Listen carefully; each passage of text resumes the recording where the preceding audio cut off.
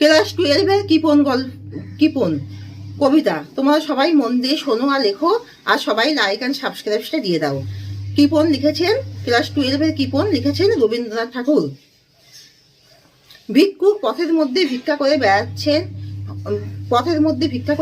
হঠাৎ করে রথে করে রাজা ধীরাজ, সে বিচিত্র সাজে সজ্জিত রাজা ধীরাজ গ্রামে পরিক্রমা করতে বেরিয়েছিলেন।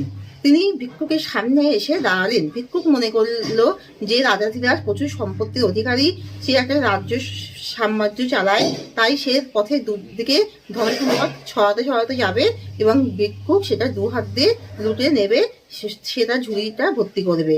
কিন্তু ভিক্ষুককে অবাক করে দিয়ে রাজা ধীরাজ স্বয়ং এসে ভিক্ষুকের সামনে এসে দাঁড়িয়ে তার কাছে ভিক্ষা চাইলো যে আমায় কিছু দাও গো।